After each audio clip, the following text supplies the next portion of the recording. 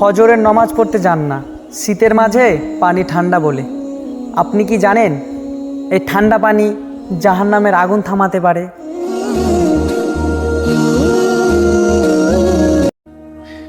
আপনি যতক্ষণ পর্যন্ত আল্লাহকে পরিপূর্ণভাবে বিশ্বাস না করবেন ততক্ষণ পর্যন্ত মহান আল্লাহ পাক আপনাকে কোনো প্রকার সাহায্যই করবে না। বিদ্যুৎ ছাড়া এক রাত কাটাতে আমাদের কত কষ্ট হয়, আর আমাদের চিরস্থায়ী ঘর কবরস্থান, সেখানে থাকবে না কোনো এসি বা ফ্যান। এখনো সময় আছে, আল্লাহর পথে ফিরে আসেন।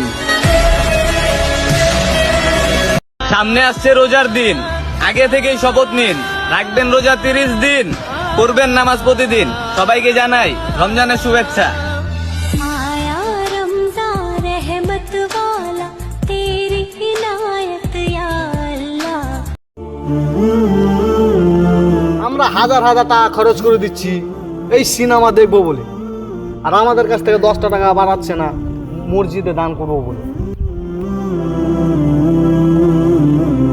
নামাজ পড়তে যখন শীতের কালে ঠান্ডা পানি বলে, আপনি কি জানেন এই ঠান্ডা পানি আপনার জাহান্নামের আগুন নিভাতে পারে?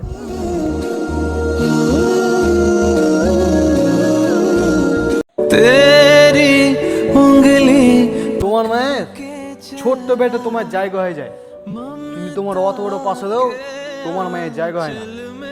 বোর কথা মারা ছেড়ে দিচ্ছ না, আল্লাহ নিয়ে গেলে বুঝবে মার চেয়ে আপন কেউ না। मैं तेरा लाडला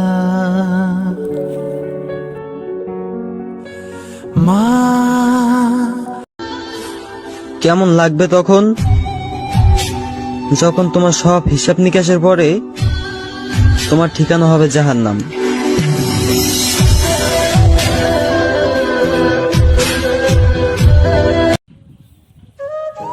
যে নবী নারীদেরকে সম্মান করতে শিখিয়েছে, যে নবী গরিব এতিমের মুখে খাবার তুলে দিয়েছে, যে নবী সারা জীবন শুধু তার উম্মতের কথাই ভেবেছে, সেই নবীকে যারা গালি দিচ্ছ, হয়তো তোমরা মানুষ হতে পারো কিন্তু তোমাদের ভিতরে মানুষত্ব নেই।